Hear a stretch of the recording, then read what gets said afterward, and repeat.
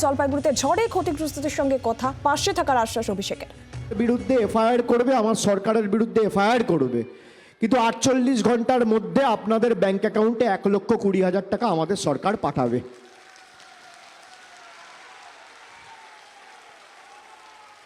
আমরা মানুষের জন্য কাজ করতে বদ্ধপরিকর।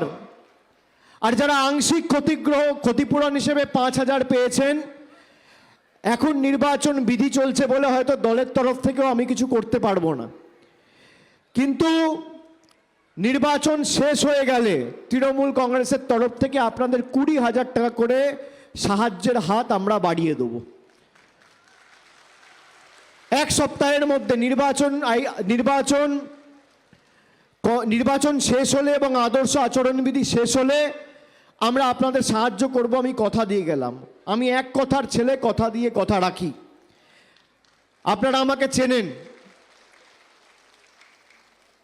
আমি হাওয়ায় কথা বলি না। বাংলার আওয়াজ, বাঙালির আবেগ, জি 24 ঘন্টা।